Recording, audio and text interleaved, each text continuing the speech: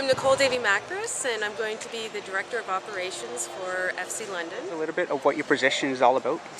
It's going to be basically in the background. It's going to be the position that oversees the operations infrastructure that will support the OPDL and the grassroots and the men's team. It's going to be all under one umbrella, so that the coaches don't have to worry. All they have to worry about is getting out there on the field and doing what they do best and develop players, and in the men's side wins games. So what do you think about being one of the 18 teams selected? I think it's fantastic. It's certainly very exciting for London to have this opportunity. It's an opportunity not just to showcase players, but to also bring the community together, something that's desperately needed in London with the 42 clubs that we just have in our area alone.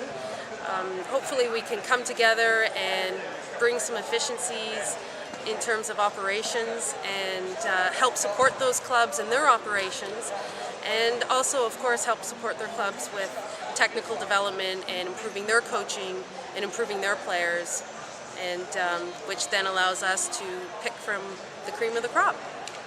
So how do you think that this is going to affect the City of London? City and London in general, or just soccer? Soccer-wise. Soccer-wise, I think it's going to be very positive, but we have to remember that it's a long-term process. It's not going to happen overnight. There's going to be some bumps in the road. There's going to be some conflict as we expect big changes, and sometimes it's difficult to move ahead when there's a lot of change going on. I think, though, eventually I think we're going to see a very different landscape in the next couple years. I think when 2016 comes around, we're going to see a more unified community. I think we're going to see an improvement in soccer, the level of soccer, even at the house league level, as clubs come together and work with FC London and share resources and share knowledge and move forward. Is that what your goal is to get all the teams involved in this? I don't think it's a question of getting all the teams involved. I think it's a question of all the clubs involved, and then have the benefits go down to their players as well. Teams, individual teams, I would suspect that they would get involved, but it's really the players that we're focused on. Can you tell us a little bit about the process that got you guys to this position? The process? You mean the RFP application? Yes. Okay, I'm trying to block that out of my memory. It was intense. The RFP, even though it was, I think, 7 pages, no, there were 7 sections in the RFP, over 11 pages, and that produced, as I said in the presentation, 373 pages that were submitted to the OSA. It was something that was a joint effort between Ian and Chris and myself, but it involved input from dozens and dozens of individuals.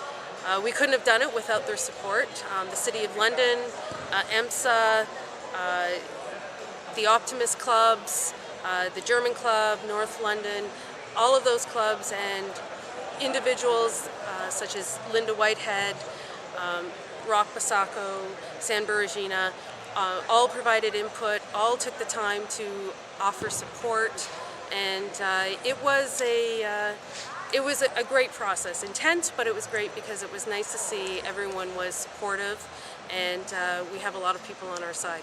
If you were to give a message to the City of London and to all the clubs, and how you feel about your position in the club looking forward? I think it's time that we get over our pettiness and our rivalries, and remember it's about the kids. It's their experience. It's time to let them learn and enjoy the game and to take risks and develop without the pressure of winning and disappointing their parents, disappointing their coaches, and